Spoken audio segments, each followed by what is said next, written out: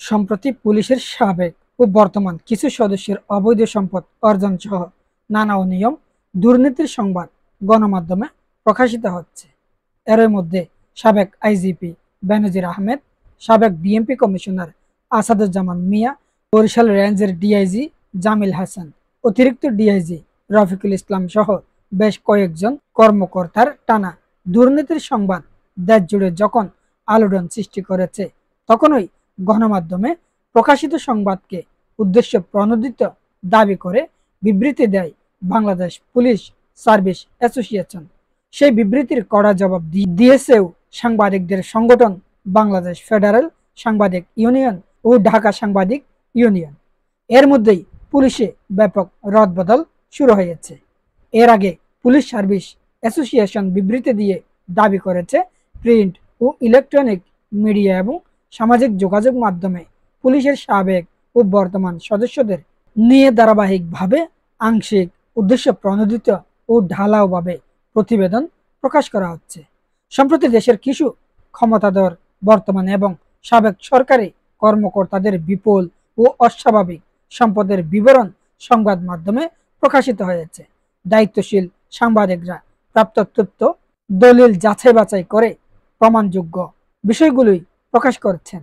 বিবৃতিতে বলা হয়, কোনো কোনো গণমাধ্যম ব্যক্তিগত আক্রোশ ও নিজস্ব স্বার্থ রক্ষায় কোনো কোনো পুলিশ কর্মকর্তার বিরুদ্ধে অবমাননাকর নেতিবাচক সংবাদ প্রকাশ ও প্রচার করছে, যা সাংবাদিকতার নীতিমালার বিরোধী। এমত অবস্থায় কি কারণে, কার উদ্দেশ্য হাসিল এবং কার নির্দেশ বাস্তবায়নের জন্য কতিপয় গণমাধ্যম বাংলাদেশ পুলিশের বিরুদ্ধে এ ধরনের কুৎসা রটনায় লিপ্ত, সে প্রশ্ন উত্থাপন করা অযৌক্তিক নয়। প্রিয় দর্শক শ্রোতা, সাংবাদিকদের বড় কাজটি হচ্ছে মানুষের অপরাধ তুলে ধরা। প্রভাবশালীরা যে তথ্য গোপন রাখতে চান তা অনুসন্ধান করে বের করা এবং পেশাদারিত্বের সঙ্গে জনগণকে বিস্তারিত তুলে ধরা। এদিকে পুলিশ সদস্যদের অবৈধ সম্পদ অর্জন সহ নানা অনিয়ম ও দুর্নীতি নিয়ে গণমাধ্যমগুলিতে সংবাদ প্রকাশের মধ্যেই পুলিশের 40 জন ঊর্ধ্বতন কর্মকর্তাকে বদলি ও পদায়ন করা হয়েছে। তাদের মধ্যে জমিকাণ্ডে আলোচিত 20তম বিসিএস এর পুলিশ ক্যাডার ও বরিশাল রেঞ্জের ডিআইজি জামিল হাসানও রয়েছেন। রোববার স্বরাষ্ট্র মন্ত্রণালয়ের জননিরাপত্তা বিভাগের উপসচিব সিরাজাম মুনিরা স্বাক্ষরিত পৃথক 3টি প্রজ্ঞাপনে বিসিএস পুলিশ ক্যাডারের 40 কর্মকর্তাকে বদলি ও পদায়ন করা হয়। সম্প্রতি ডিআইজি জামিল হাসানের বিপুল সম্পত্তির সন্ধান নিয়ে গণমাধ্যমে প্রতিবেদন প্রকাশিত হয়েছে। প্রতিবেদনে দাবি করা হয়, রিসুট করার জন্য তিনি 40 একর 120 বিঘা জমি কিনেছেন। পৈতৃক বাড়িটি নতুন করে গড়েছেন 30 বিঘা জমির উপর।